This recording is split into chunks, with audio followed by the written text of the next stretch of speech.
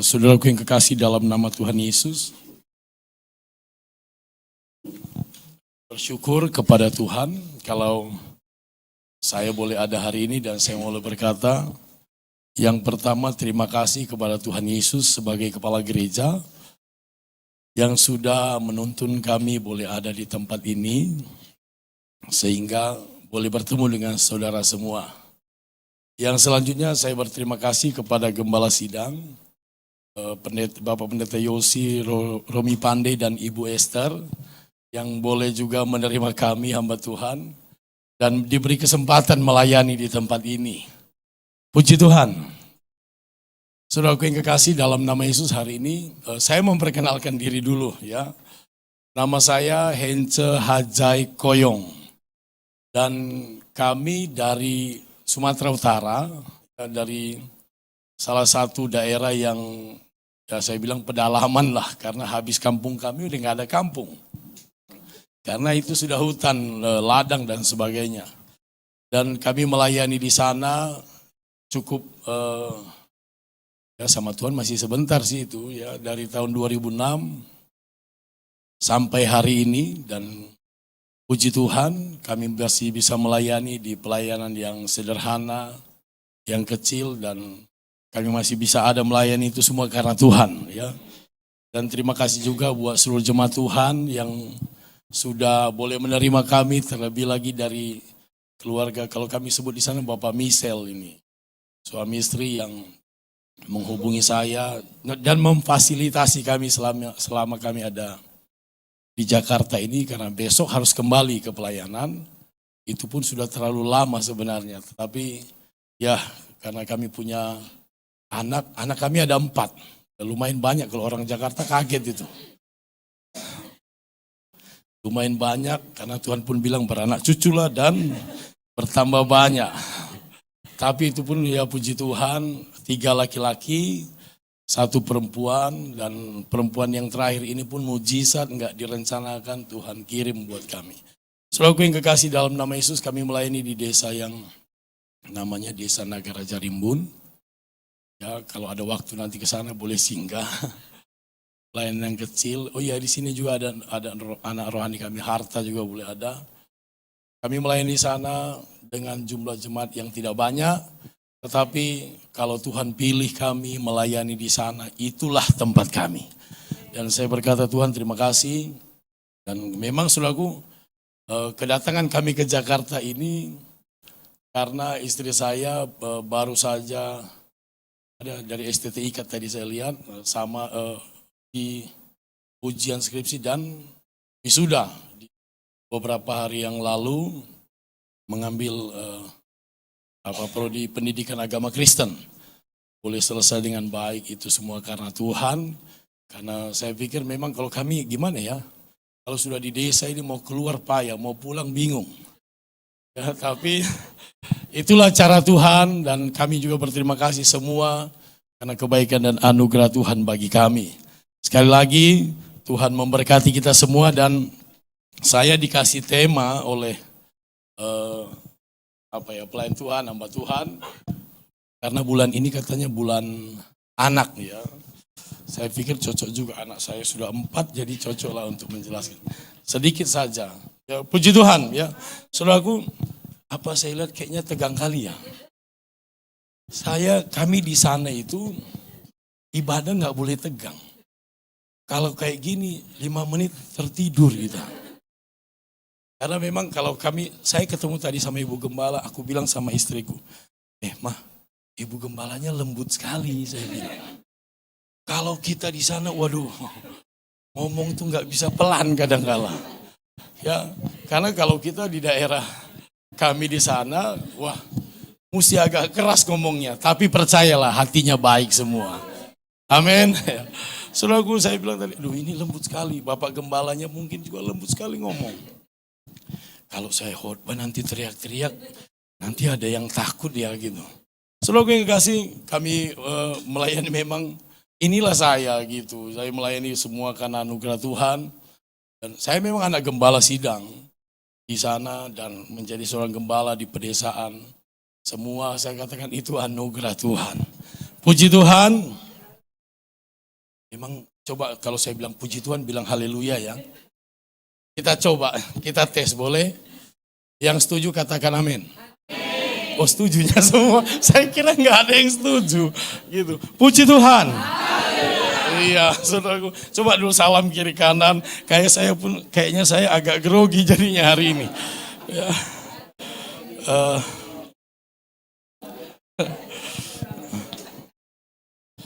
Ya.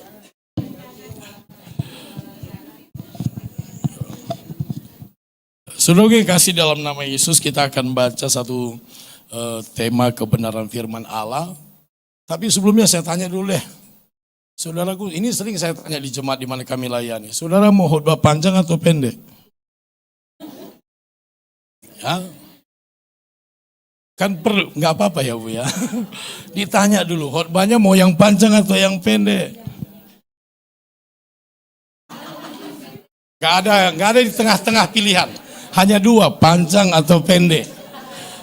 Mau yang khotbah panjang atau pendek? Karena saya bawa buku lumayan tebal ini. Ya mau khotbahnya panjang atau pendek? Itu dari hati nurani yang sangat tulus. Ya kalau mau umurnya panjang atau pendek? Apa? Maunya umur? Tapi kalau khotbah maunya pendek. Kita bikin singkat aja. Saya pikir mari kita akan baca firman Tuhan yang disampaikan. Saya baca satu ayat sama-sama, kita baca bersama-sama. Saya nggak salah ya, undang kita semua berdiri sekali lagi untuk membaca firman Tuhan ini di dalam kitab Amsal pasal yang ke-19. Satu ayat saja kita akan baca pada ayat yang ke-18.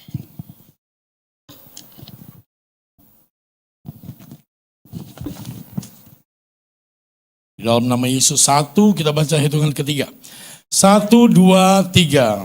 Hajarlah anakmu selama ada harapan, tetapi jangan engkau menginginkan kematiannya. Semua katakan amin. Yang kenceng dong, yang semangat. Amin. Amin. Itu kalau orang Sumatera Utara. Silakan duduk. Saudara yang kekasih di dalam nama Yesus, kalau sebulan ini saya disampaikan bahwa ini bicara tentang anak, dan tema yang disampaikan ini agak kejam kayaknya dalam bahasa kita, hajarlah. Ya. Hajarlah anakmu. Saya coba merenungkan, saudaraku, memang kenapa firman Allah menyoroti tentang anak ini. Saya coba menggali, berdoa sama Tuhan, apa yang mau ku sampaikan Tuhan.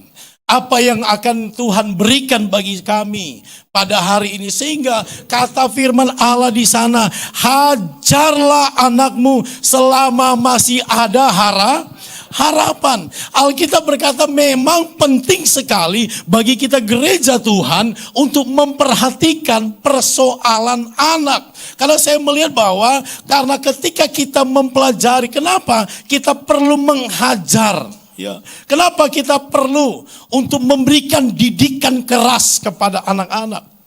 Karena kalau anak-anak sekarang sama anak-anak dulu memang agak beda. Saya waktu masih anak-anak, ayah saya itu, papi saya itu gembala.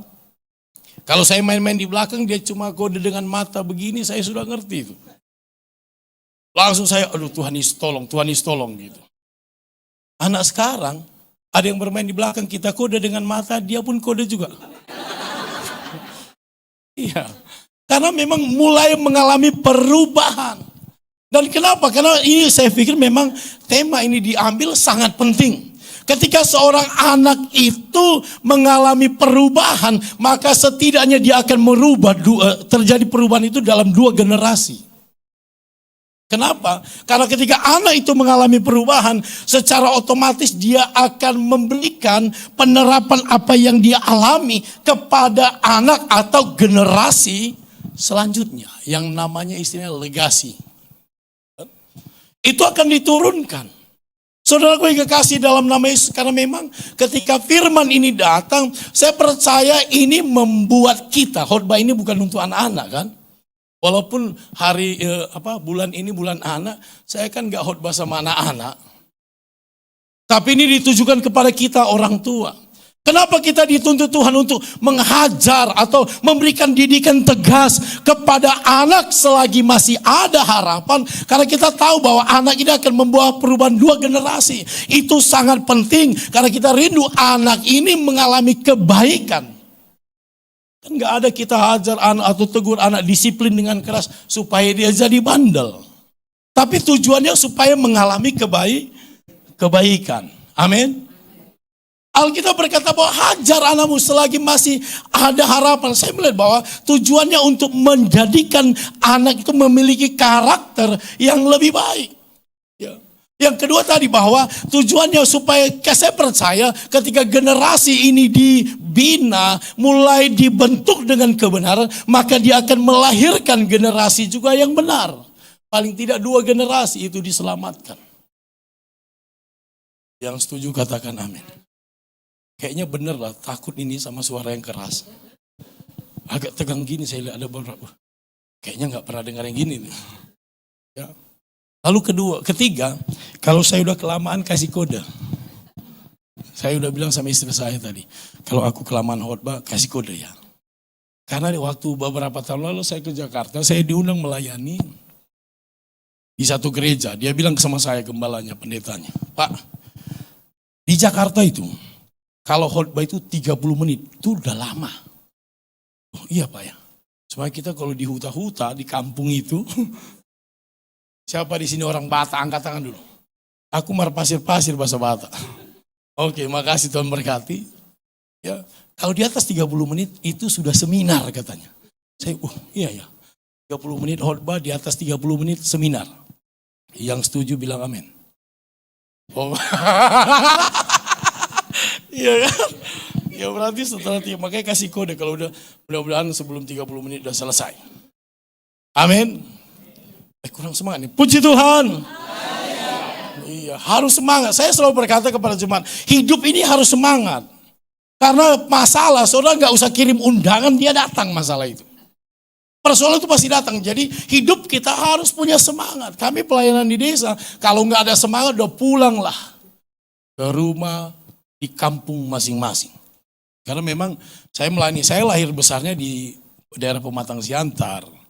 Saya orang Manado, Koyong itu Manado. Tapi orang tua saya merantau melayani di sana. Ya, jadi saya lahir besar di sana, saya kuliah ambil teologinya ke Manado. Ketemu dengan istri saya. Waktu saya bawa istri saya ke pelayanan, 1 tahun melayani dia udah mau nyanyi, pulangkan saja.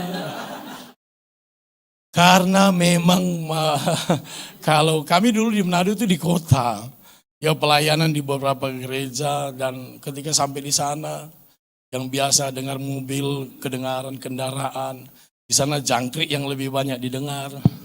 Tahun pertama pergumulan, tapi hari ini dia begitu cinta melayani pekerjaan Tuhan. Haleluya, ya. Saudara yang kasih, kalau kita kembali dulu nanti ini nggak selesai jadinya. Ketika kita mendidik anak kita, Alkitab katakan bahwa hajarlah anakmu selagi masih ada harapan. Saudaraku yang kekasih di dalam nama Yesus, kenapa saya penting sekali. Ini menjadi perhatian Allah kepada setiap kita orang tua yang punya anak-anak. Dan ini menjadi perhatian karena akan ada warisan yang akan kita berikan kepada mereka. Siapa di sini orang tuanya masih ada? Angkat tangan. Yang masih hidup orang tuanya. Oke, yang punya anak.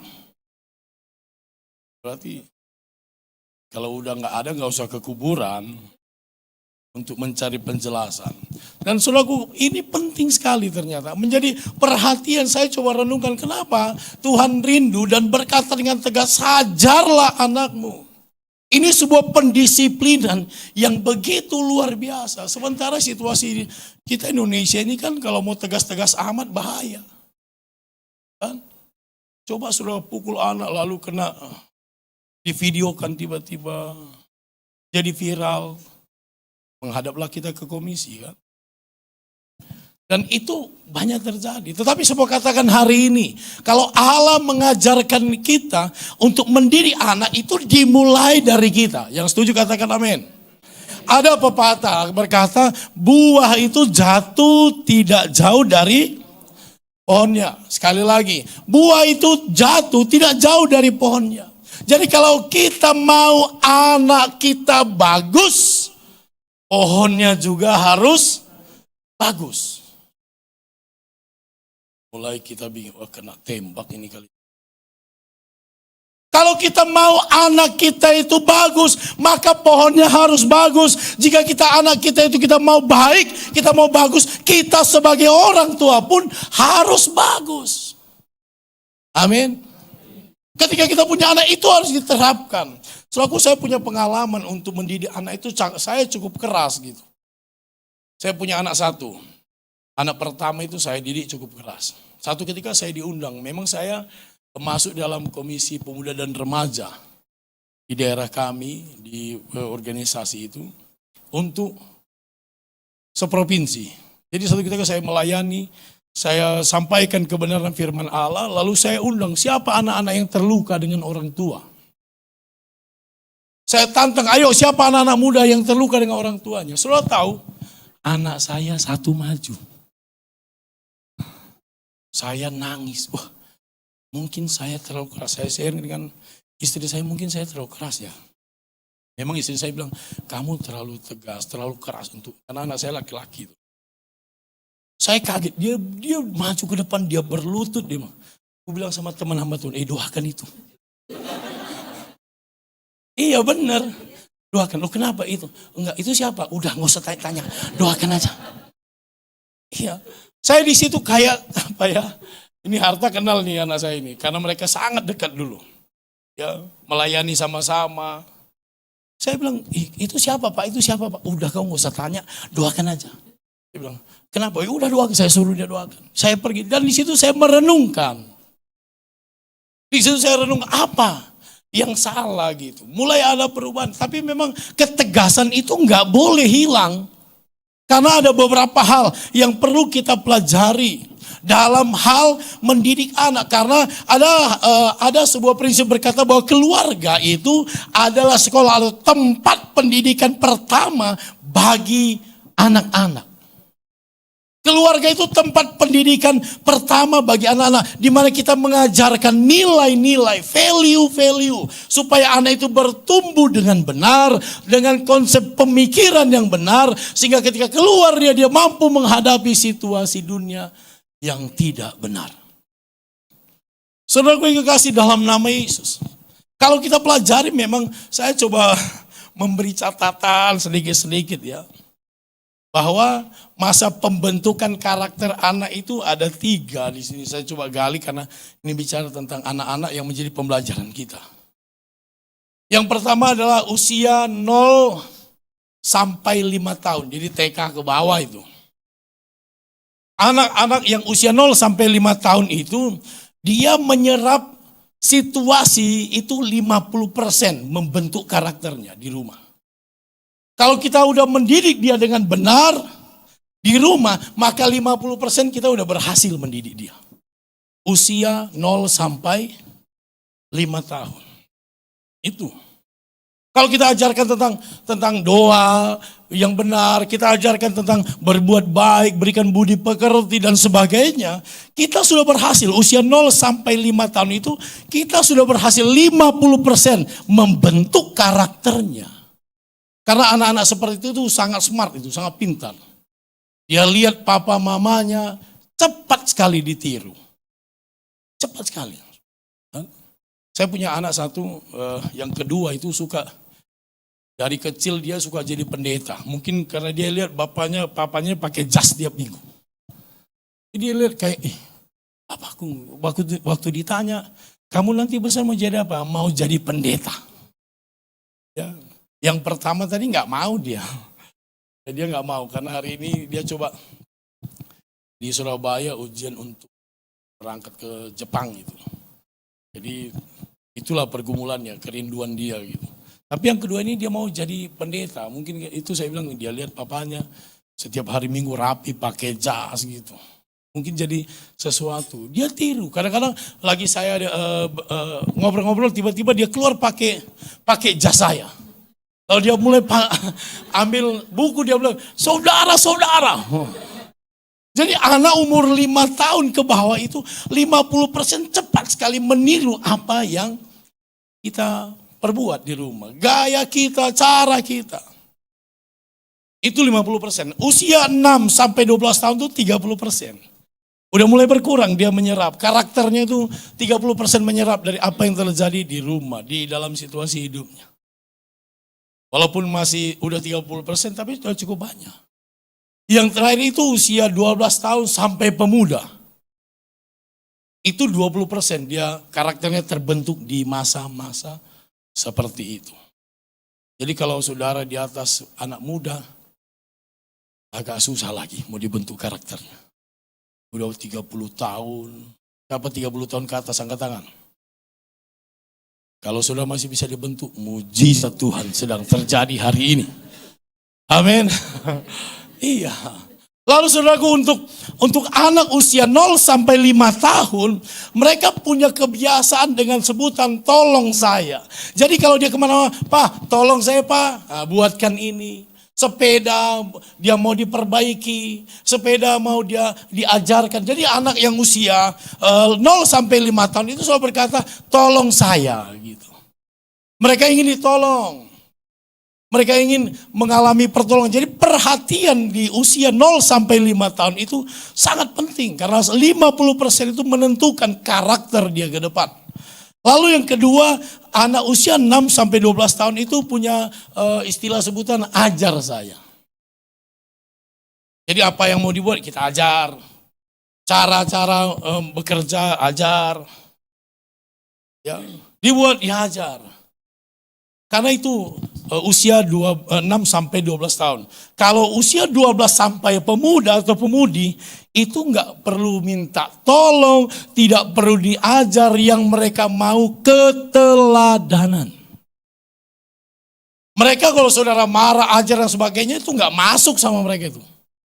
Mereka lihat nih, cara hidup kita. Jangan ada seorang papa bilang sambil pegang rokok dia berkata, nah jangan merokok ya, kayak papa ini gitu. Nggak bisa, karena mereka usia pemuda itu melihat, menyoroti apa yang menjadi keteladanan kita. Makanya kita orang tua, tugas kita memang cukup berat. Beberapa tahun yang lalu, pendidikan karakter itu diemban oleh, diberikan tanggung jawab itu kepada gereja. Sehingga kami di kampung itu buat sekolah minggu, didik bagaimana, ya, ajar mereka. Kami ada juga membuka kecil-kecilan sekolah TK PAUD. Coba ajarkan mereka untuk mengenal Tuhan, berkarakter yang baik. Karena memang generasi mereka itu sangat menentukan ke depannya.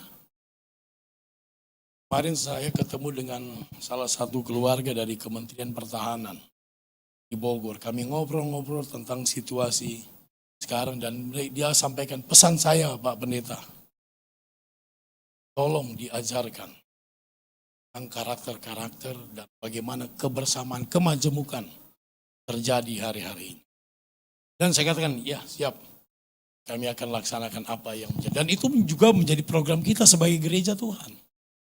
Jadi ketika kita menjadi anak Tuhan, ketika kita punya tanggung jawab, hajarlah, didiklah, bentuklah, disiplinkan anak kita. Itu berbicara tentang bagaimana kita membuat sebuah generasi mengalami perubahan, mengalami transformasi dalam hidup, sehingga dia mengalami kebaikan untuk menghadapi dunia yang begitu sulit hari-hari ini. Saudara yang kekasih di dalam nama Yesus, ini yang perlu kita pelajari. Karena memang ketika kita melihat ada 4 macam orang tua dalam mendidik anak. Ada orang tua yang katanya, istilahnya apa itu ya, disiplinnya terlalu besar. Apa-apa marah. Gak pernah itu dipeluk anaknya. Makanya kalau saudara punya anak kecil usia 5 tahun, 6 tahun, 7 tahun yang masih bisa dipeluk, sekarang saudara nanti pulang ke rumah peluk aja. Nanti kalau udah besar, apa sih papa ini, peluk-peluk aja. Kan dia akan malu gitu. Ya, akan malu. Dan itu memang terjadi, membentuk karakter anak-anak. Sehingga saya berpikir merenung selama saya berdoa tentang anak ini banyak, aku pun kayak kena tempeleng juga gitu. Kayak saya pun ditegur di situ. Ngobrol dengan istri tadi, kamu harus begini-begini. Ya, memang saya pikir, ya memang kita semua firman ini kan berkata pedang bermata dua. Jadi ketika firman itu disampaikan kepada saudara bukan sebenarnya, oh kena kan, aku enggak gitu. Tetapi ini membentuk saudara dan saya supaya kita menjadi pribadi-pribadi. Tujuannya apa? Menjadi pribadi yang berkenan di hadapan Tuhan. Ada orang tua yang otoriter, yang selalu tunjukkan karena dia menginginkan prestasi anaknya. Udah ranking 2 pun, kenapa ranking 2? Harusnya kan ranking 1 gitu. Tadi kami ngobrol sama di jalan tuh. Michelle itu nyanyi di pertandingan wali kota ya. Dapat harapan. Suara harapan 1 atau apa tadi? Saya langsung respon. Karena sudah saya renungkan, itu udah bagus. Kalau orang tua otoriter, kamu kok dapat harapan harusnya juara 1 itu. Itu dimarah. Kalau orang tua yang otoriter dia ingin anaknya itu perfeksionis. Perfect maksud saya ya. Anak itu menjadi prestasi yang begitu luar biasa. Karena dia rindu anaknya berprestasi begitu tinggi, harapannya begitu tinggi, disiplinnya sangat tinggi. Hasilnya apa? Anak itu menjadi anak yang suka memberontak. Kita marah-marah, nggak sempat marah aja, ketemu orang tua pokoknya dia kena marah aja. Salah dia itu jadi anak yang terbentuk menjadi anak yang memberontak. Yang kedua, ada orang tua yang kasihnya besar sekali. Sayangnya luar biasa. Pak minta ini kasih. Pak beli mainan kasih. Semua yang dia mau dikasih. Anak ini menjadi anak yang suka-sukanya. Dia nggak menghadapi hambatan karena dia tahu apa yang ku mau harus jadi, harus sesuai dengan yang diinginkan. Kenapa? Karena memang orang tua itu membentuk dia sedemikian gitu. Lalu ada tipe orang tua yang ketiga tadi, dia nggak peduli, nggak juga tegas, nggak juga punya kasih, ya los gitu mau ngapain suka-sukamu. Orang Batak bilang lomo-lomomu. Suka-sukamu, ada pujian yang suka-sukamu Tuhan. Kalau dia mau suka ya terserah kamu mau gimana terserah gitu. Orang tuanya nggak peduli. Ada orang tua yang seperti ini. Tapi ada orang tua juga yang keempat modelnya dia sangat disiplin tetapi kasihnya juga besar. Ketika dia melakukan pelanggaran, ditegur. Ketika dia mulai punya prestasi, diberikan apresiasi. Sehingga anak itu bertumbuh menjadi anak yang tahu disiplin, percaya diri, dan bertumbuh dengan kasih Tuhan. Saudaraku yang kasih dalam nama Tuhan Yesus Kristus. Inilah yang perlu kita miliki. Sehingga Alkitab berkata, hajarlah anakmu. Selagi masih ada harapan. Kenapa kita menghajar anak? Kalau di dalam kitab Wahyu pasal yang ketiga, ayat yang ke-19 itu dicatat demikian firman Tuhan. Ayo kita bacanya sama-sama kalau bisa dibaca. Wahyu pasal 3 ayat 19. 1,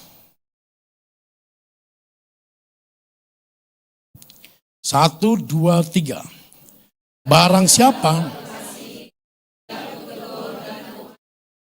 sebab itu relakanlah dan bertobatlah. Barang siapa ku kasih, aku tegur. Jadi kalau Tuhan mengasihi anak-anaknya, kita nih anak-anak Tuhan. Amin. Kalau saudara kena teguran, itu mungkin saudara kena hajar, kena teguran Tuhan. Kita dibentuk, kenapa? Dasarnya bukan karena Allah gak senang sama dengan kita. Ketika saudara memberikan disiplin kepada anak, bukan karena kita gak senang anak ini. Tetapi karena kita mengasihinya. Allah pun berfirman, dia berkata, engkau kutegur dan kuajar, kenapa? Relakan hatimu. Anak yang mau relakan hatinya dibentuk, itulah anak yang berhasil. Kalau kita sebagai anak Tuhan pun udah disampaikan firman Allah, gak mau juga berubah. Disuruh bertobat, gak bertobat juga. Disuruh berdoa, gak mau juga. Tadi ngobrol kami bahwa kemarin katanya di pelayanan ini ada doa semalaman. sampai jam 3 pagi. Yang lain udah yang lain berdoa, Tuhan tolonglah ingatkan yang tidur itu Tuhan. Supaya ikut doa. Ya, karena doa itu luar biasa. Doa itu bisa mengubahkan segala sesuatu. Doa itu akan membuat semua mujizat itu luar biasa terjadi. Kami banyak pengalaman tentang doa. Sampai di daerah kita itu kalau udah nggak bisa ke dukun datang aja sama pendeta.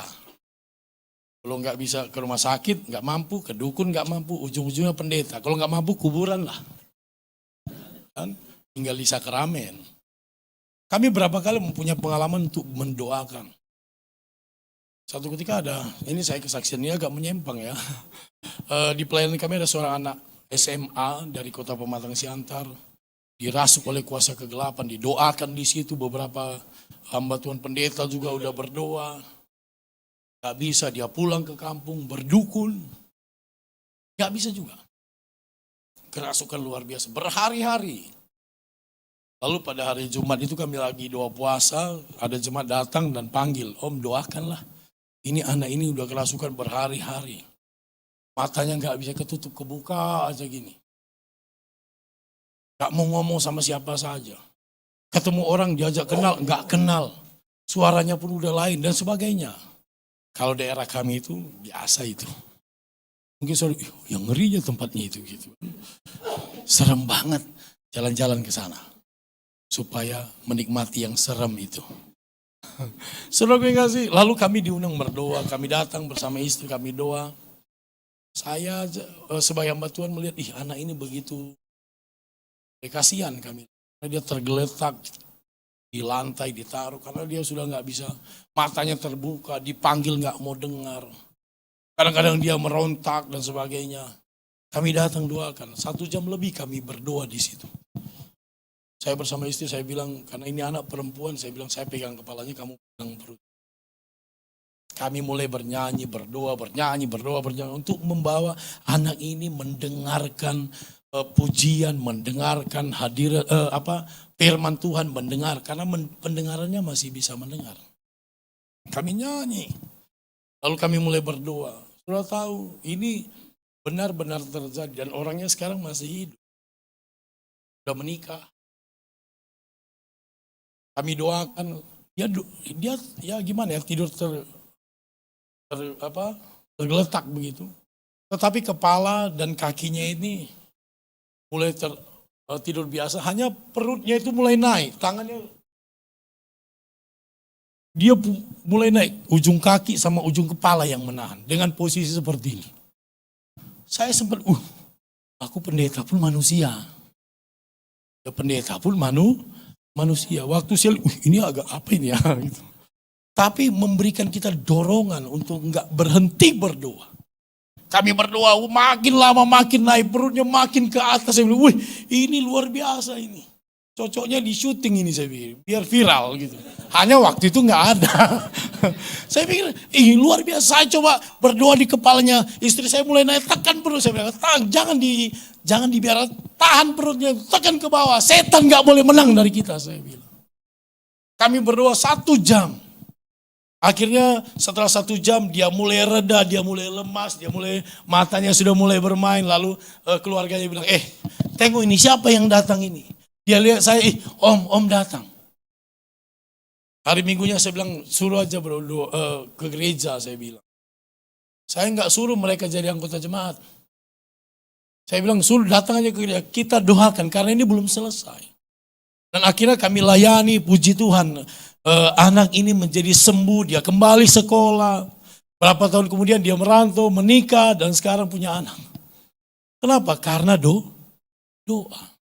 Makanya yang doa semalaman itu, mulai berikut aja bilang, doa. Dengar tuh pendeta bilang.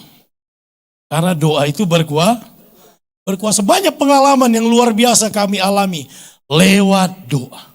Dan rumus senjata yang paling luar biasa untuk anak ini, anak saudara yang ini mengalami pertumbuhan pemulihan, lewat kita mendidiknya, ajar dia berdoa dan tetap doakan dia. Amin. Mau mendoakan anak senantiasa?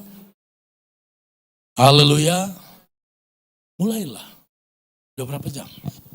Aku udah takut-takut, udah lewat kayaknya. Ya. Oleh karena itu mari, saya mau sampaikan ke kita semua. Saya pikir nggak usah lagi diperpanjang, ini banyak sekali saya siapkan ini. Karena jarang-jarang aku khotbah di Jakarta.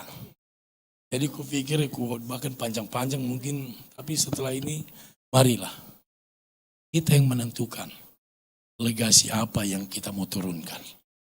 Kita yang menentukan warisan apa yang kita mau berikan. Bukan harta yang paling penting. Yang paling penting bagaimana mereka mengalami pembinaan dalam kebenaran firman Tuhan. Dan itu dilihat bukan dalam pelayanan sekolah minggu. Dilihat dari pribadi-pribadi kita. Ketika kita ada di rumah, ketika kita dalam pekerjaan, dalam situasi apapun. Saya mau katakan, anak memperhatikan setiap hidup. Saya tutup dengan satu cerita.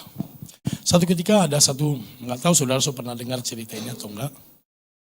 Satu ketika ada seorang bapak bersama suami istri lah ini, suami istri. Mereka punya orang tua yang sudah sangat tua. Sudah opung lah kalau bahasa kami. Dan dianggap ini opungnya udah jadi merepotkan kan. Mulai susah, merepotkan. Jadi sepakat mereka suami istri. Kita bawa aja lah orang tua kita ini ke panti jompo. Dibawa, ayo naik di mobil, naik. Karena mereka punya anak satu. Anak ini ya, ayo nak kita naik, kita antar dulu oma ini ke sana gitu. Anak ini mau kemana? Oh mau bawa oma, mau tinggal di sana. Anak ini sudah mengerti bahwa omanya mau dibawa ke panti jompo. Sepanjang perjalanan anak ini pegang pulpen atau pensil. Dia mulai coret sampai ke tempat panti jompo itu. Coret. Secara tidak langsung ternyata diperhatikan oleh ayahnya gitu. Yang lagi nyetir, kayaknya anak ini apa kesibukannya gitu. Setelah diantar ke panti jompo, dibawa di situ, mereka pulang. Di perjalanan, papanya ini iseng, nak, tadi sepanjang jalan, papa lihat kau ada yang kau tulis-tulis, coret sana, coret sini, coret sana, coret sini. Apa itu nak? Anak ini menjawab, iya pak, aku membuat coret sana supaya aku tahu jalan. Papa belok kanan, aku tulis ke kanan. Ke kiri. Belok, lingkar, mutar. Kenapa? Untuk apa itu? Supaya nanti kalau papa tua,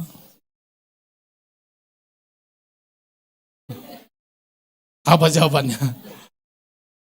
Saudara tahu maksudnya ya? Kalau papa sudah tua, bawa papa ke situ. Langsung bapak ini putar setir. Dijemput lagi mamanya.